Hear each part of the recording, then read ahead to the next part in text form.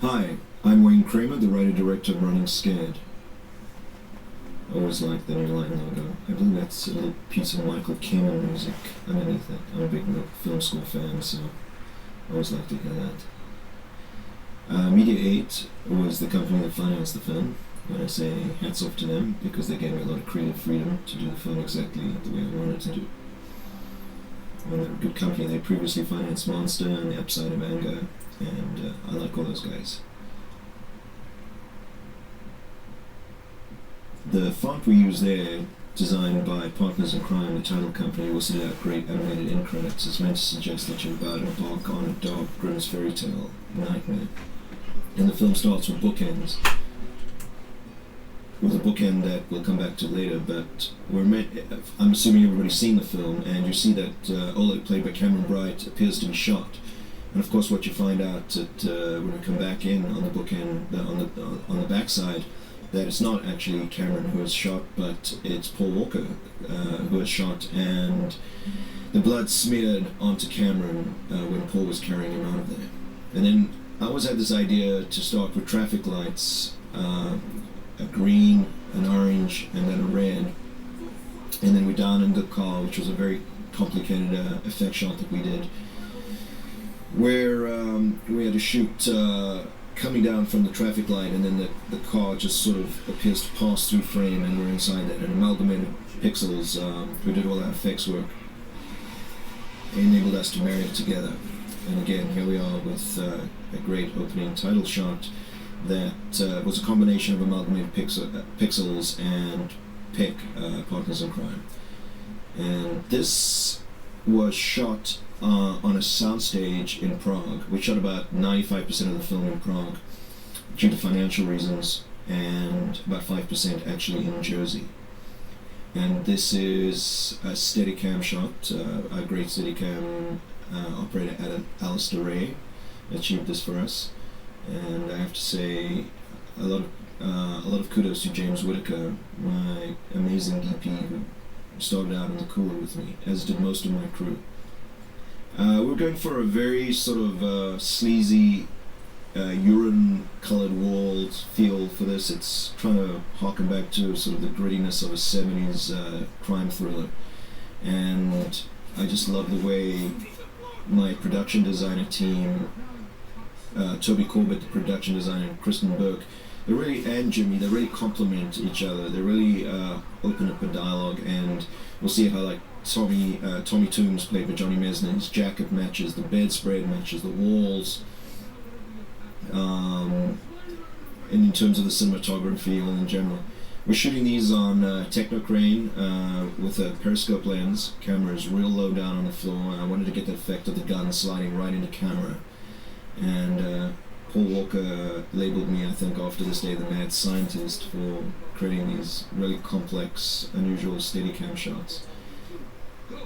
I storyboard my films extensively, so especially on sequences like this, I know exactly everything that is going to be done on the day. If you look at the Jamaican guy's shoe on the floor, again, it matches the walls and floor, and I mean, I just really dig the whole color design of this. Now, this was obviously the shotgun shell was done through CGI rendering, and the stuntman was on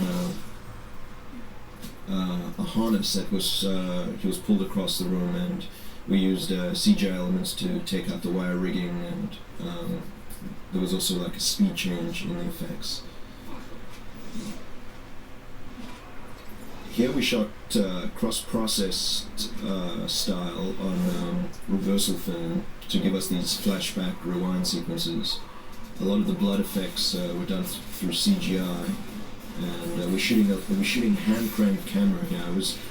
I really liked the look of that, and I think I had noticed it on commercials, and then when I saw it in Tony Scott's film Man on Fire, I thought that would be a really cool way to cover some of the action sequences. I didn't want to go overboard, but in moments of tension or insanity, I thought it was great. So we carried a hand-cranked camera with us all the way through production, and we'd always be shooting a couple of shots with it.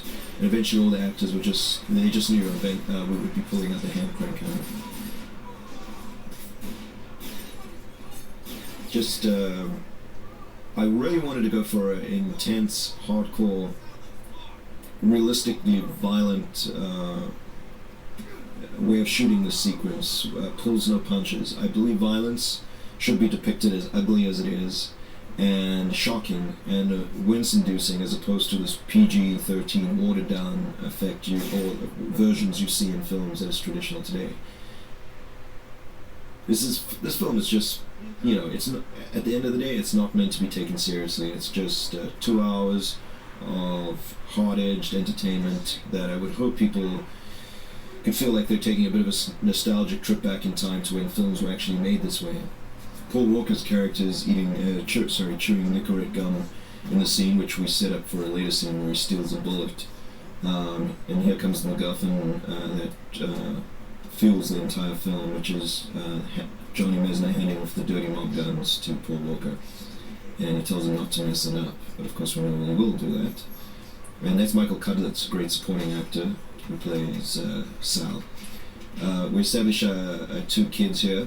That's we saw Cameron Bright earlier, and the other kid is Alex Neuberger. They're both about the same age. Alex, this is his first film ever, and I thought he did a remarkable job.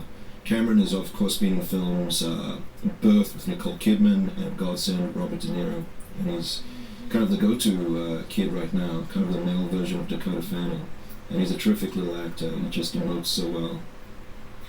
We set up also in this scene Cameron being abused by his stepfather. You saw the bruises on his back. Here we're in New Jersey. We actually shot this in Newark. We actually took over a street and a couple of houses. And Joey arrives home. This is actually now you step. It's so interesting. You were in Newark a second ago, and then you step into a soundstage in Prague. Toby Corbett, a terrific production designer, built these exact houses, bigger, a scale or a little bit bigger, that you actually see on the street there in New Jersey. The kitchen, the whole bit. And it was interesting because in Prague, we had to ship over all these American appliances, everything from washing machines to plugs to wall sockets to lamps, everything they needed to look like New Jersey. It just couldn't be found there in the Czech Republic. Vera Farmiga plays Paul Walker's wife, and I think she's going to be a superstar. I've liked Vera for years and years.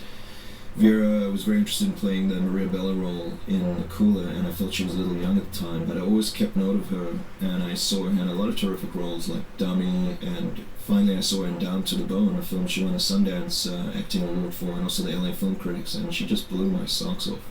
I think she's the next Cate Blanchett. She's sexy, she can be chameleon-like, she's got very interesting looks and the most piercing blue eyes, and every guy on the set was absolutely in love with her. And it was interesting, this scene as written, this love scene in the script, was more of a flirtatious moment, and I believe Vera came up to me and said, why don't we make this hotter? I think she wanted to outdo the love scene in The Cooler, and of course I was all for that, and you didn't have to talk Paul Walker into that. And so we just went for it, and I don't know, something just happens on my sets where I think people just tend to want to get really gritty and explicit, and I don't know, people are going to be drawing some kind of connection between the male and female oral sex scene between this and The Cool. I don't know if that's going to become a trademark thing. Maybe I'll have to make it that way. I like putting the camera outside the laundry room and sort of just as if we're sort of voyeurs in the scene. I think it adds an interesting perspective.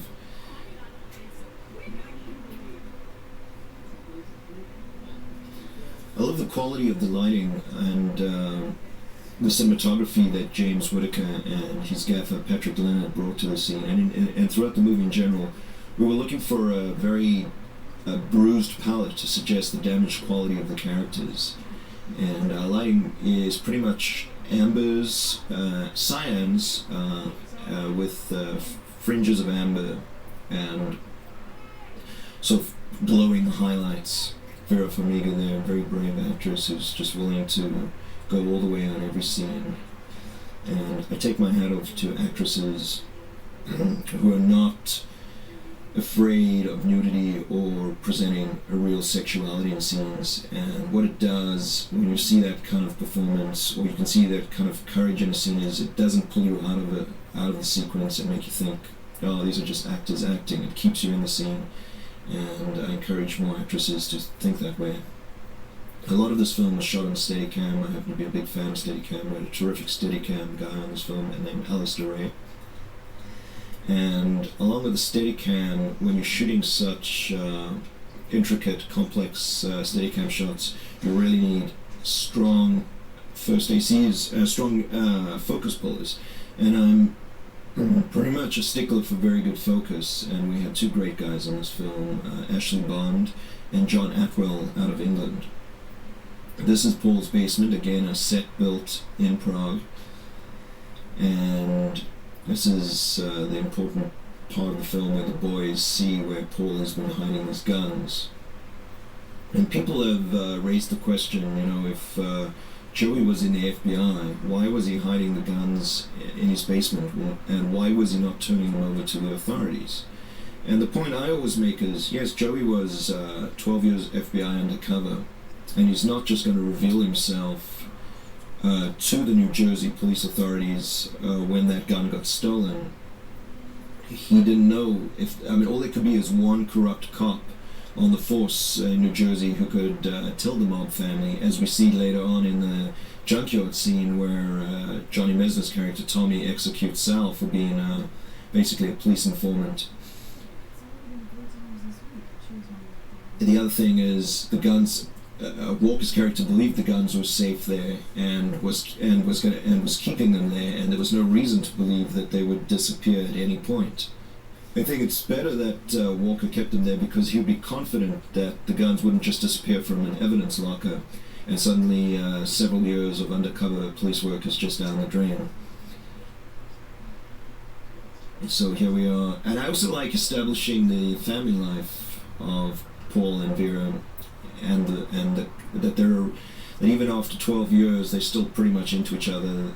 They have a sexual relationship that's still hot, and that he's a tough father to his kids, but he's at the same time he reaches out to them, and this line about "go get your grandfather."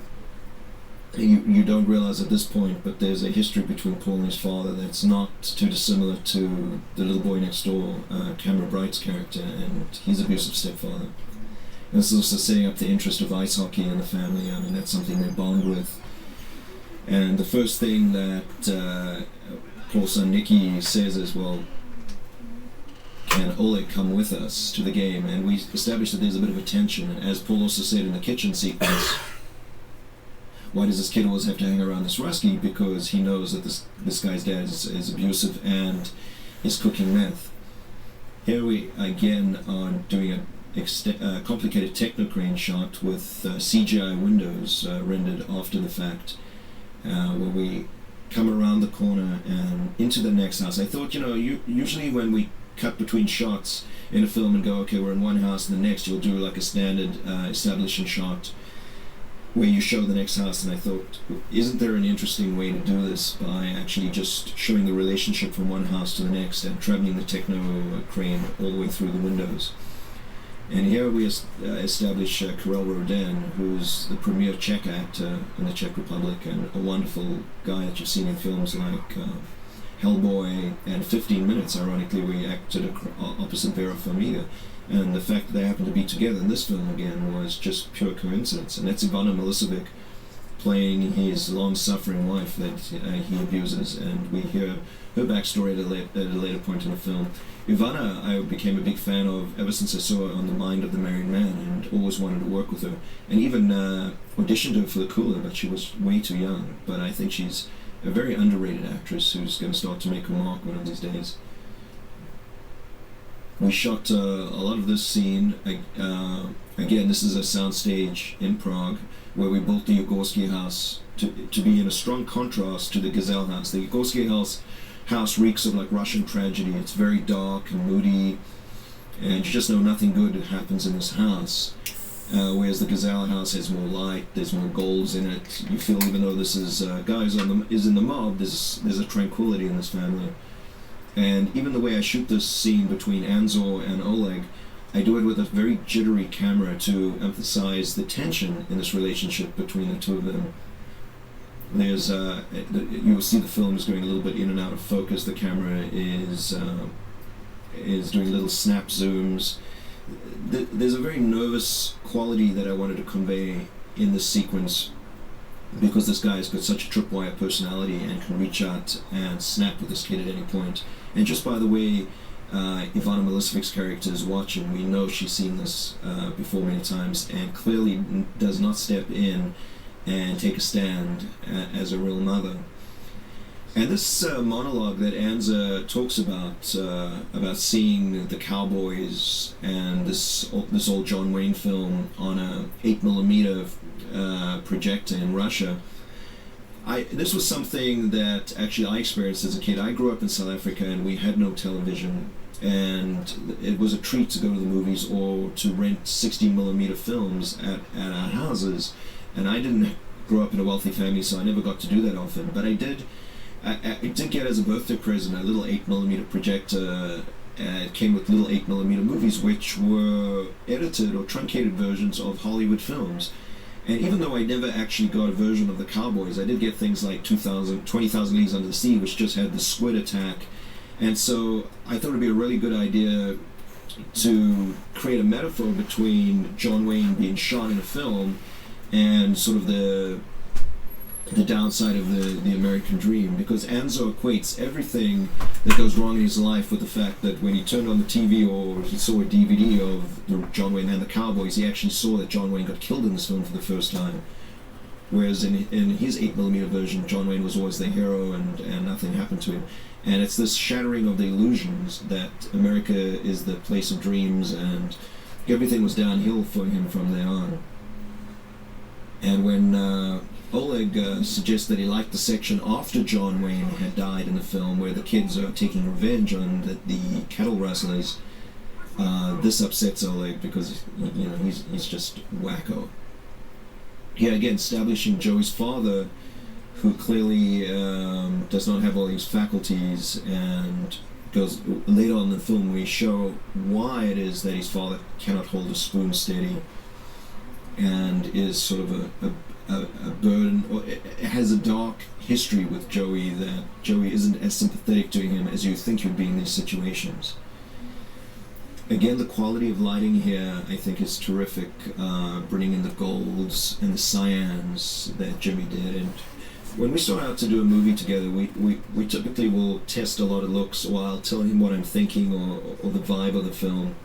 And we really put our head together a lot. The quality of the lighting is enormously important for us. And we're both a fan of hot highlights. We're a fan of desaturated colors and just interesting look.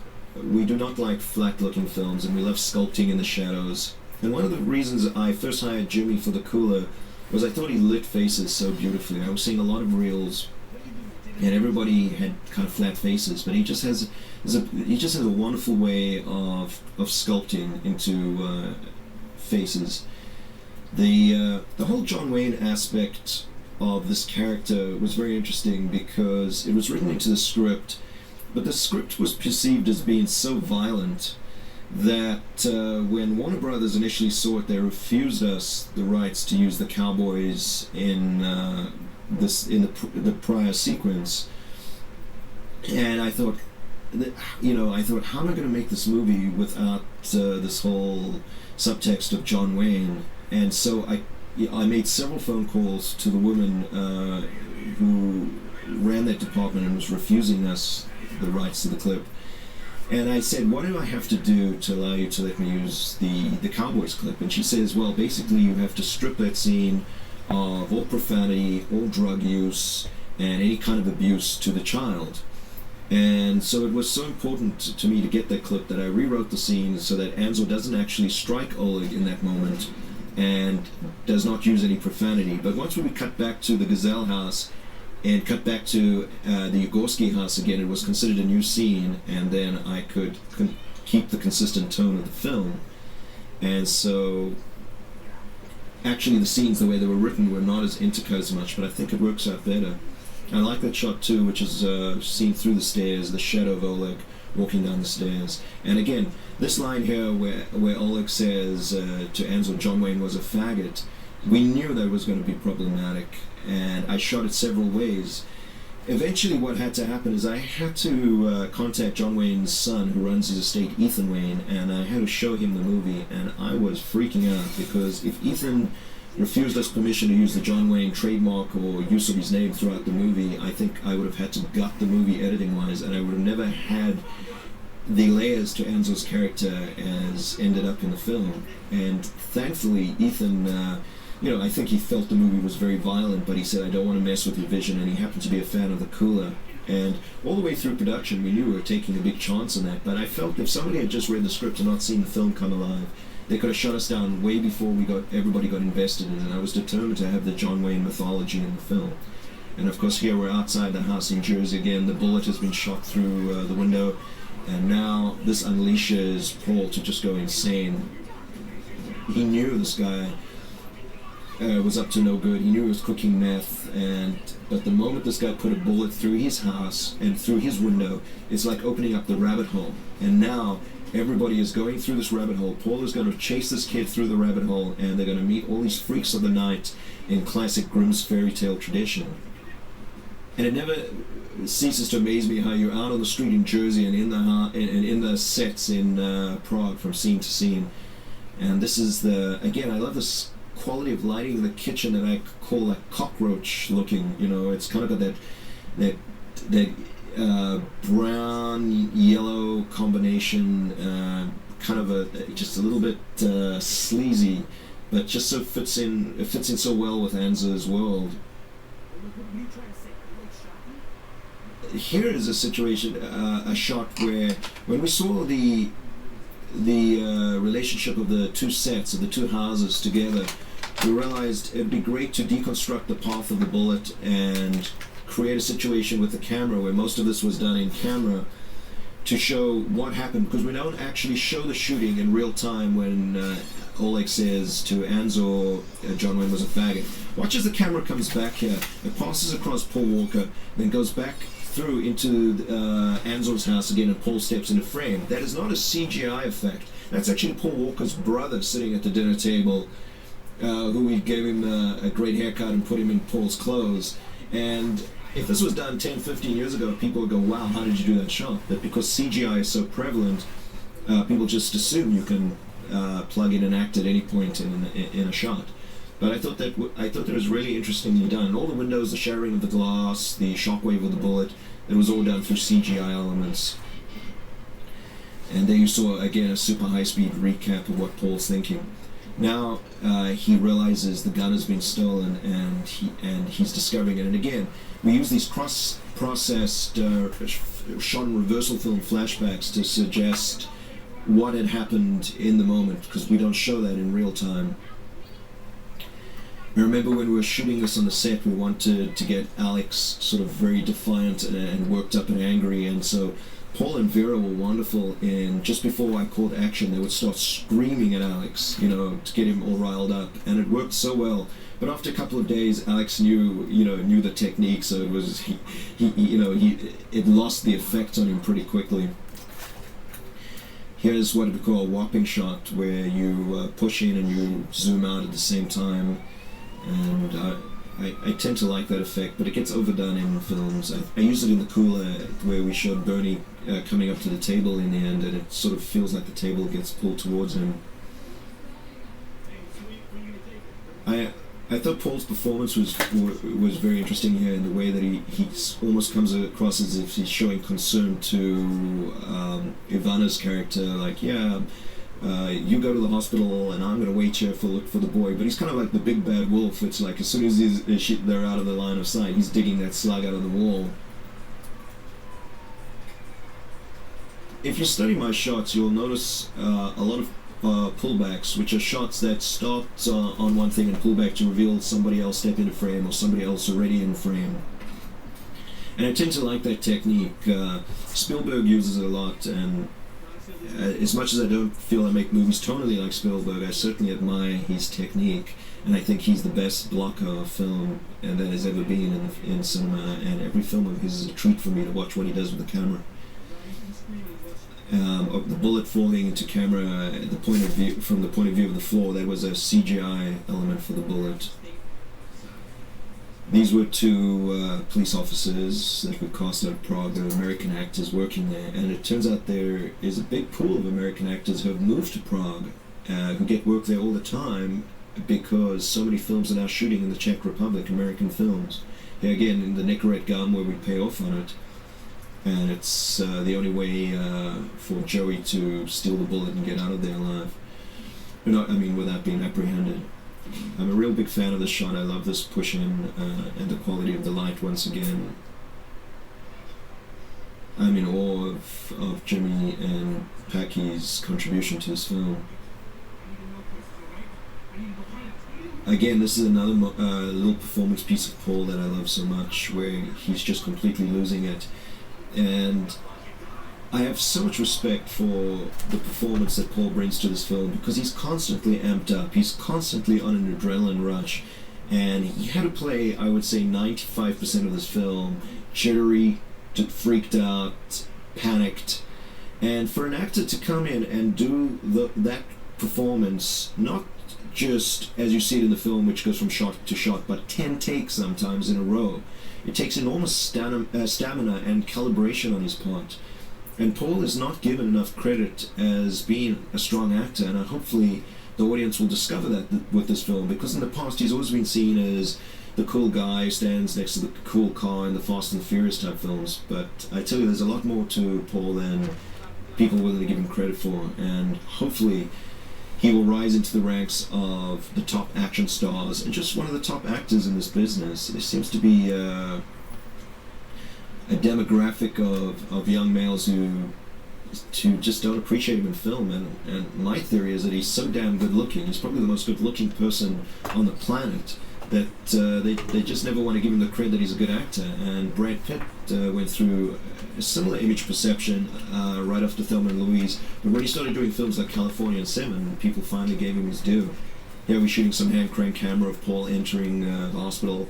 I love the exposure pops the hand crank shooting gives, which essentially what's happening with a hand crank camera is you're going from a very high speed, dropping down to a very slow speed, or you'll stop, you'll lose frames, and every time you're changing speed, the exposure is fluctuating, so it's creating these whiteouts, which is, a lot of people seem to think that's an editing technique, but it's actually in camera. My editor, Arthur Coburn, who's cut the cooler with me as well and will work on all my other films, was able to take that interesting hand crank footage and cut it and enhance it and make it even better. And I've got nothing but kudos for Arthur. I think cutting in general is pretty seamless. Here's Paul Walker's character Joey trying to steal the bullet they pulled out of Anzor, and he's actually brought a substitute bullet, a clean bullet, that he's going to try and replace here. But before he can get it out of his pants there, the nurse turns around and catches him at it. So he doesn't achieve his objective. I believe the audience understands that, because especially seeing the bullet and the blood there still. But if there was, I sometimes wonder if they know that he didn't manage to sneak the bullet out. Although later in the strip club, Chaz Palminteri's character tells us that he only tried to swap the bullet. Here Paul bumps into Chaz, who plays Rydell, the dirty cop, for the first time. Now Paul doesn't know that Chaz is the guy from the hotel shootout, but Rydell knows it's Paul, because Paul obviously never had a mask on in that scene. And that's where, when the nurse comes with the dirty bullet, with the bullet pulled out of Anzor, he's starting to put two and two together and go, what was this guy doing in this hospital? And obviously the nurse told him about some guy came in there and he was looking for the bullet, or he wasn't really a doctor. So I think that's what tips Rydell off to going and interrogating Anzor. This was shot in a park in Prague, and I believe that is we had a little stunt boy to do some of the stunts for Cameron. I think that was the stunt boy climbing the ladder, although Cameron did it at one point with a harness, but we chose to go with the stunt boy's footage there. Now, this is a character that I called in the script Raggedy Man, and again, probably one of the first Grimm's Fairy Tale icons that Cameron is going to meet throughout the night. He's kind of like a boogeyman figure, a Grim Reaper. And what's very interesting and I'm not going to tell the audiences who played Raggedy Man because it's not in the credits, and I don't want to give it away. But nobody's really questioned and looked in the credit roll to see who played Raggedy Man, and they'll know that there's no credit for Raggedy Man.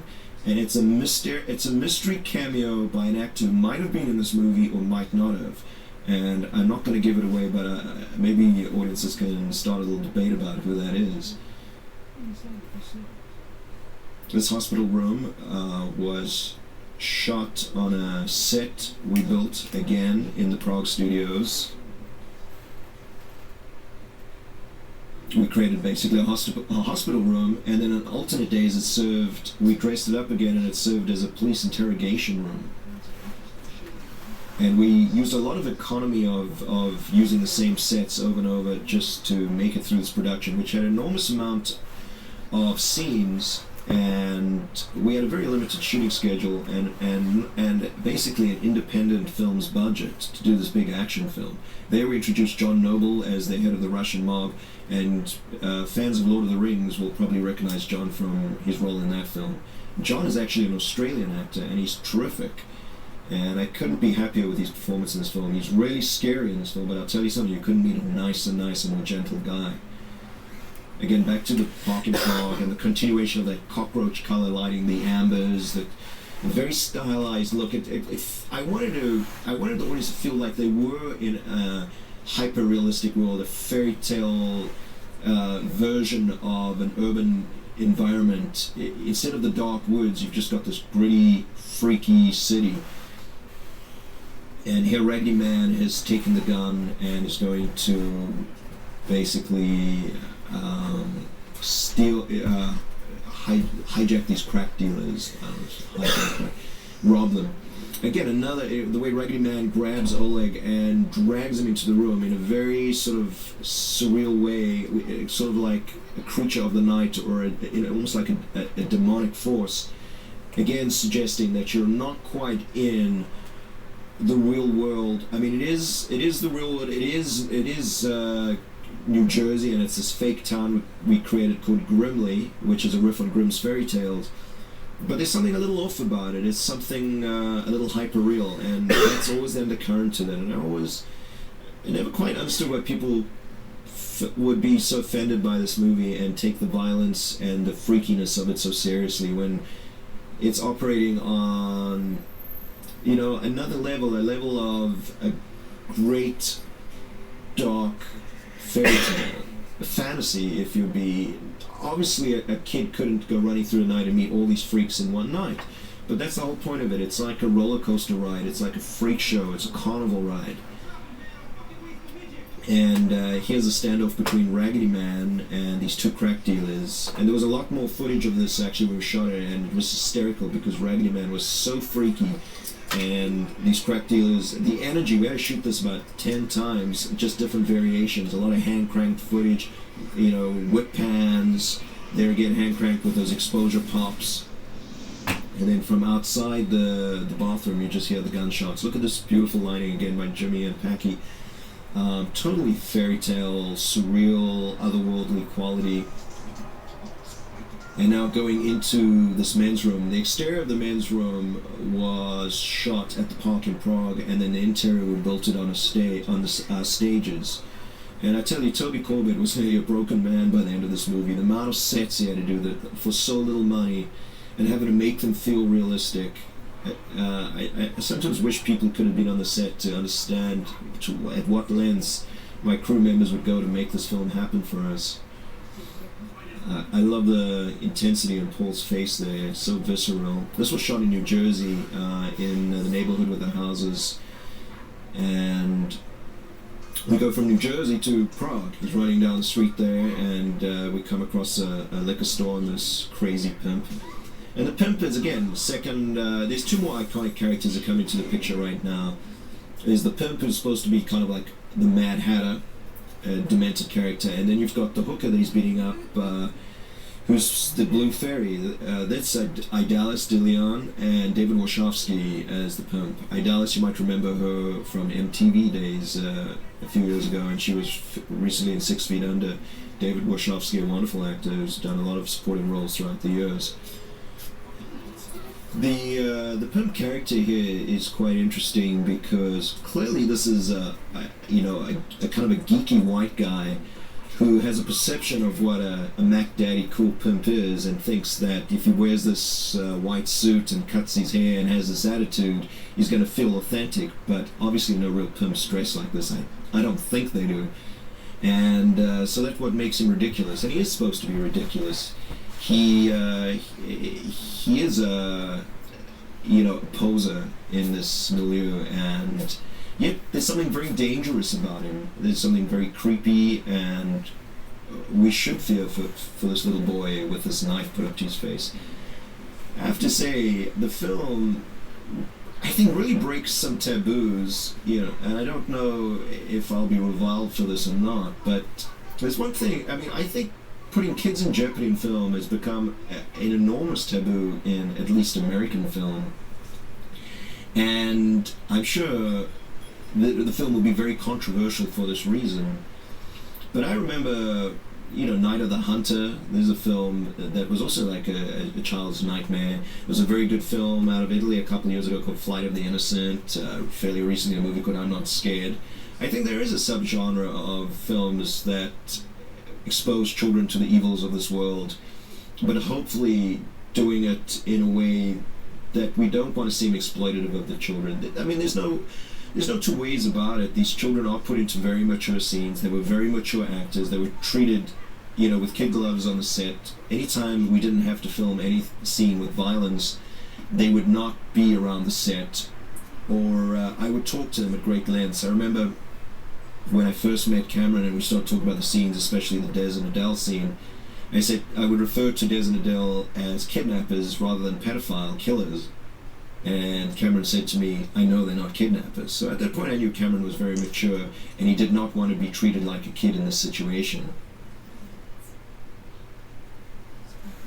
Sometimes I honestly believe we need to stop deconstructing films and stop overanalyzing them and stop thinking, well, somebody's going to be offended, even if that somebody isn't yourself, and just enjoy them for the pure ride, the entertainment value. If I like a dark and violent film, it doesn't necessarily have to connect with the fact that I'm a dark and violent person inside. Maybe I'm just somebody who's particularly intrigued by the dark side of this world and perplexed by the evil that is pervasive in this world today. And I look at it and I look at the situations we find ourselves in this world, whether it be Iraq or whether it be what I consider just some of the controversial, and very negative policies of this administration. And I just say, don't we care? There is a lot of evil in this world, and I'm frustrated about it.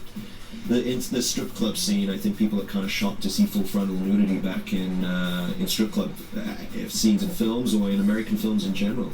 I think films have become so PG flavored lately, we don't even know what it's like to experience nudity in films other than small independent films.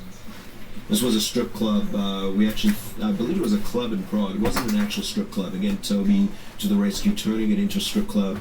All the strippers were real Czech strippers and extras in the club.